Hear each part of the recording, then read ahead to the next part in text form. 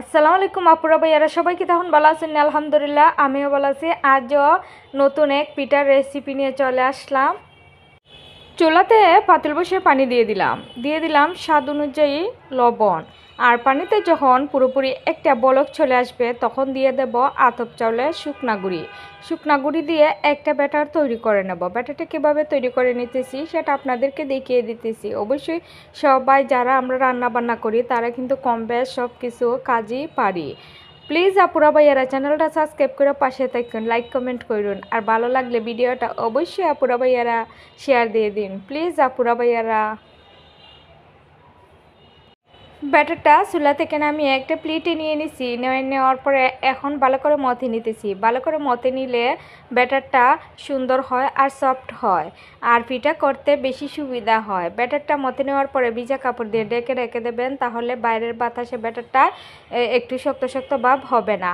পিঠাটা খুব সুন্দর করে তৈরি করে নিতে পারেন।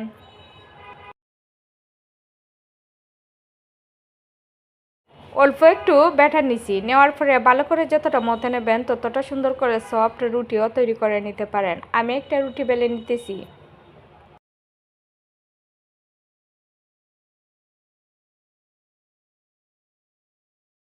আমি একটা বড় রুটি বেলে নিছি। রুটি বেলে নেওয়ার পরে একটা চাকু দিয়ে রুটিটাকে সাইজ করে নিতেছি।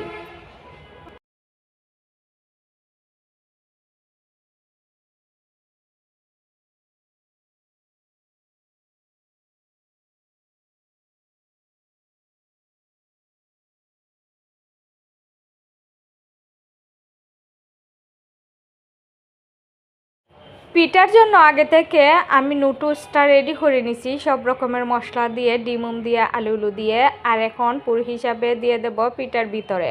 নুডলস দিয়ে পিঠা কখনো কি খেয়েছেন? না খেলে একবার হলেও ট্রাই করবেন, খুব বেশি ভালো লাগে। আমার অনেক ভালো লাগে এই নুডলসের পিঠা, আর আপনাদের আশা করি ভালো লাগবে নুডলসের পিঠাটা। আর এভাবে সাইডটা বন্ধ করে দিতেছি। বন্ধ করে দেওয়ার পরে দুইটা মাথাও এভাবে বন্ধ করে দেবেন। আলতোভাবে বন্ধ করে দিলেই আবারও সাইডটাকে আমি একটু সমান করে সব সাইডগুলো নিয়ে নিতেছি।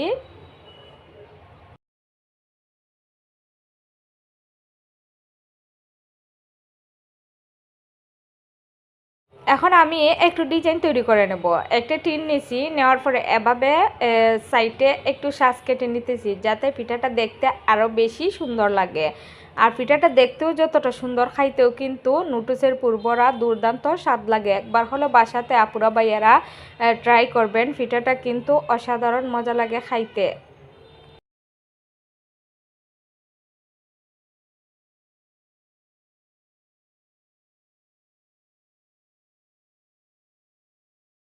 এতটা সহজে কি কখনো পিঠা খেয়েছেন? না খেলে একবার হলো বাসাতে ট্রাই করবেন, দেখেন কতটা সহজে কিন্তু যে কেউ তৈরি করে নিতে পারবেন। মেহমান ঘরে বসিয়ে কিন্তু এই পিঠাটা তৈরি করে নেওয়া যায়।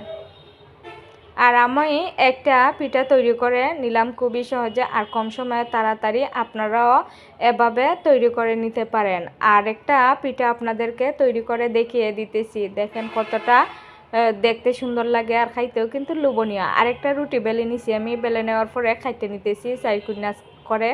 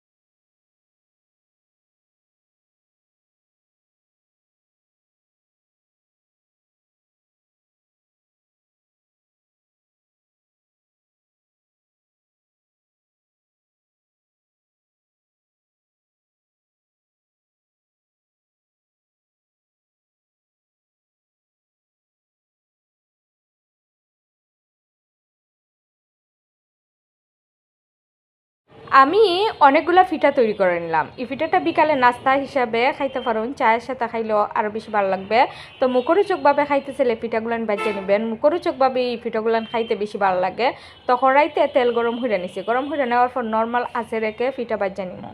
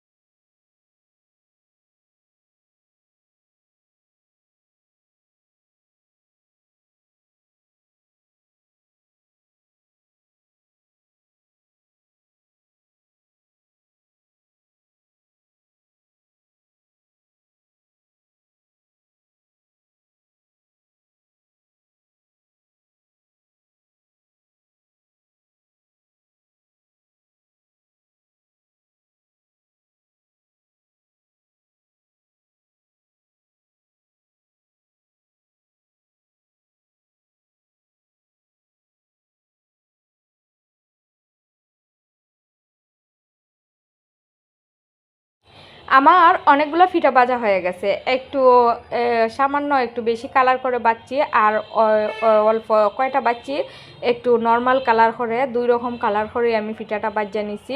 পিঠাটা দেখতে যতটা লোভনীয়, খাইতেও কিন্তু দুর্দান্ত স্বাদ। আসসালামু আলাইকুম, সবাই ভালো থাকবেন। অন্য আরেকটা সহজ রেসিপি নিয়ে চলে আসবো। আল্লাহ হাফেজ।